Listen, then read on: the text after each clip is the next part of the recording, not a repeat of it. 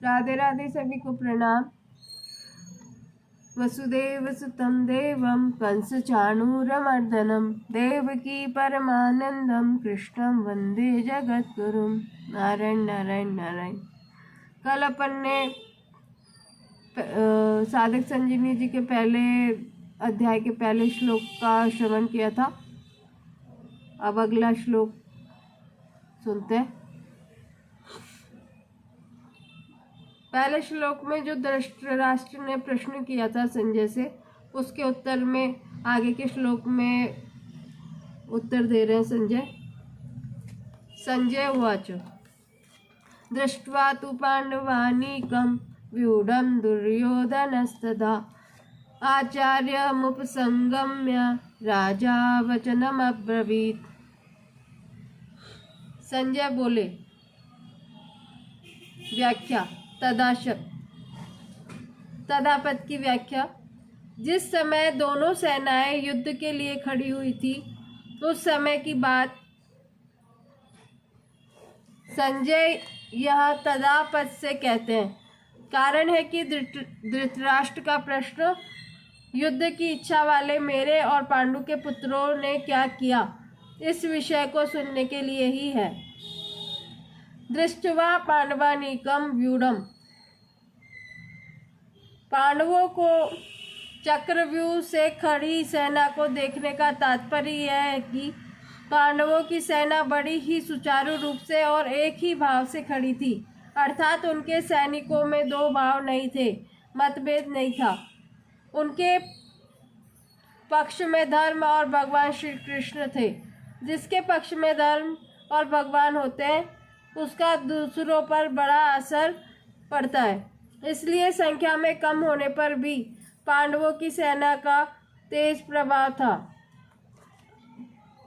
और उसका दूसरों पर बड़ा असर पड़ता था। अतः पांडव सेना का दुर्योधन पर भी बड़ा असर पड़ा, जिससे वह द्रोणाचार्य के पास जाकर नीतियुक्त गंभीर वचन बोलता है। राजा दुर्योधन को राजा कहने का तात्पर्य है कि धृतराष्ट्र का सबसे अधिक अपनापन मोह दुर्योधन में ही था। परमात्मा की दृष्टि से भी युवराज दुर्योधन ही था। राज्य के सब कार्यों की देखभाल दुर्योधन ही करता था। धृतराष्ट्र तो नाम मात्र के राजा थे। युद्ध होने में भी मुख्य हेतु दुर्योधन ही था। इन सभी कारणों से संजय ने दुर्योधन के लिए राजा शब्द का प्रयोग किया है। आचार्य मुपसंगम्य, द्रोणाचार्य के पास जाने में मुख्यतः तीन कारण मालूम देते हैं। पहला, अपना स्वार्थ सिद्ध करने के लिए, अर्थात द्रोणाचार्य के भीतर पांडवों के प्रति द्वेष पैदा करके उनको अपने पक्ष में विशेषता से करने के लिए दुर्योधन द्रोणाचार्य के पास गया।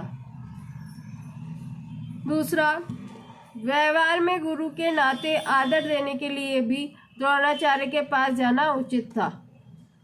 तीसरा, मुख्य व्यक्ति का सेना में यथास्थान खड़े रहना बहुत आवश्यक होता है, अन्यथा व्यवस्था बिगड़ जाती है। इसलिए दुर्योधन का द्रोणाचार्य के पास कुछ जाना उचित ही था। यहाँ शंका हो सकती है कि दुर्योधन तो पितामह भीष्म के पास जाना चाहिए था, जो कि सेनापति थे, पर दुर्योधन गुरु द्रोणाचार्य के पास ही क्यों गया? इसका समाधान यह है कि द्रोण और भीष्म दोनों उभय पक्षपाती थे, अर्थात ये कौरव और पांडव दोनों का ही पक्ष रखते थे। उन दोनों में भी द्रोणाचार्य को ज्यादा राजी करना था, क्योंकि द्रोणाचार्य के साथ दुर्योधन का गुरु के नाते तो स्नेह था, पर कुटुंब के नाते स्नेह नहीं था। और अर्जुन पर द्रोणाचार्य की विशेष कृपा थी, अतः उनको राजी करने के लिए दुर्योधन का उनके पास जाना ही उचित था। व्यवहार में भी यह देखा जाता है कि जिसके साथ स्नेह नहीं है, उससे अपना स्वार्थ सिद्ध करने के लिए मनुष्य उसको ज्यादा आदर देकर राजी करता है। दुर्योधन के मन में यह विश्वास था कि भीष्म जी तो हमारे दादाजी ही है, अतः उनके पास न जाऊं तो भी कोई बात नहीं। न जाने से अगर वे नाराज भी हो जाएंगे तो मैं किसी भी तरह से उनको राजी कर लूँगा। कारण कि पितामह भीष्म के साथ दुर्योधन का कौटुंबिक संबंध और स्नेह था ही। भीष्म का भी उसके साथ कौटुंबिक संबंध और स्नेह था। इसलिए भीष्म जी ने दुर्योधन को राजी करने के लिए जोर से शंख बजाया। पहले अध्याय के 12वें श्लोक में वचनम अब्रवीत, यहाँ अब्रवीत कहना ही पर्याप्त था, क्योंकि अब्रवीत क्रिया के अंतर्गत ही वचनम आ जाता है, अर्थात दुर्योधन बोलेगा तो वचन ही बोलेगा, इसलिए यहाँ वचनम शब्द की आवश्यकता नहीं थी।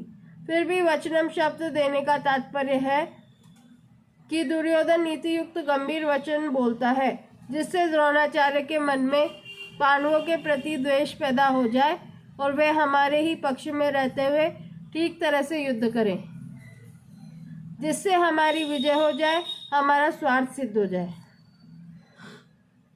द्रोणाचार्य के पास जाकर दुर्योधन ने क्या वचन बोला, इसको आगे के श्लोक में बताते हैं।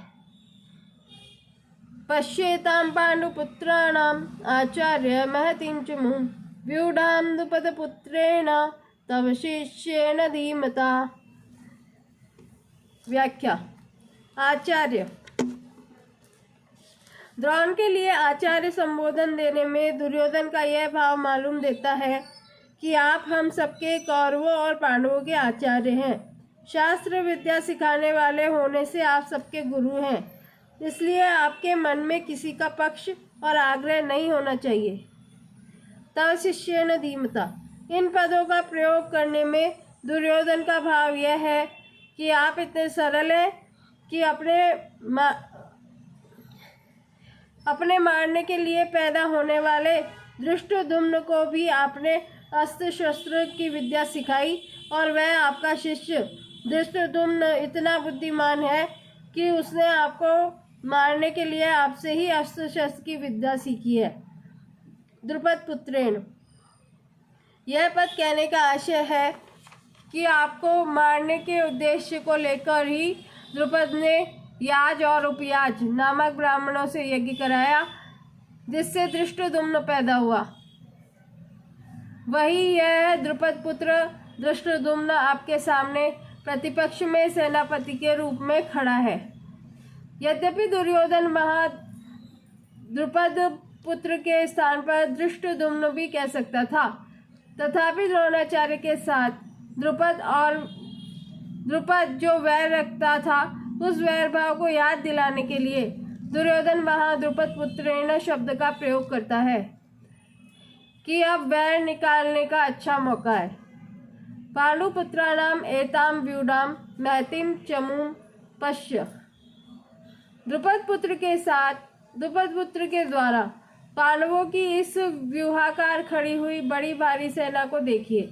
तात्पर्य है कि जिन पांडवों पर आप स्नेह रखते हैं, उन्हीं पांडवों ने आपके प्रतिपक्ष में खास आपको मारने वाले द्रुपद पुत्र को सेनापति बनाकर व्यूह रचना करने का अधिकार दिया है। अगर पांडव आपसे स्नेह रखते तो कम से कम आपको मारने वाले को तो अपनी सेना का मुख्य सेनापति नहीं बनाते, इतना अधिकार तो नहीं देते, परंतु सब कुछ जानते हुए भी उन्होंने उसी को सेनापति बनाया। यद्यपि कौरवों की अपेक्षा पांडवों की सेना संख्या कम थी, अर्थात कौरवों की सेना 11 अक्षौहिणी और पांडवों की सेना 7 अक्षौहिणी थी, तथापि दुर्योधन पांडवों की सेना को बड़ी भारी बता रहा है। पांडवों की सेना को बड़ी भारी कहने में दो भाव मालूम देते हैं। पहला, पांडवों की सेना ऐसे ढंग से व्यूहाकार खड़ी हुई थी जिससे दुर्योधन को थोड़ी सेना भी बहुत बड़ी दिख रही थी, और दूसरा, पांडव सेना में सबके सब योद्धा एक मत के थे। इस एकता के कारण पांडवों की थोड़ी सेना भी बल में उत्साह में बड़ी मालूम दे रही थी। ऐसी सेना को दिखाकर दुर्योधन द्रोणाचार्य से यह कहना चाहता है कि युद्ध करते समय आप इस सेना को सामान्य और छोटी न समझे। आप विशेष बल लगाकर सावधानी से युद्ध करें। पांडवों का सेनापति है तो आपका शिष्य द्रुपद पुत्र ही, अतः उस पर विजय करना आपके लिए कौन सी बड़ी बात है। एतामपश्य, कहने का तात्पर्य है कि यह पांडव सेना युद्ध के लिए तैयार होकर सामने खड़ी है, अतः हम लोग इस सेना पर किस तरह से विजय कर सकते हैं, इस विषय में आपको जल्दी से जल्दी निर्णय लेना चाहिए। द्रोणाचार्य से पांडवों की सेना देखने के लिए प्रार्थना करके अब दुर्योधन उन्हें पांडव सेना के महारथियों को दिखाता है। अब अगले श्लोकों का वर्णन हम कल करेंगे। राधे राधे।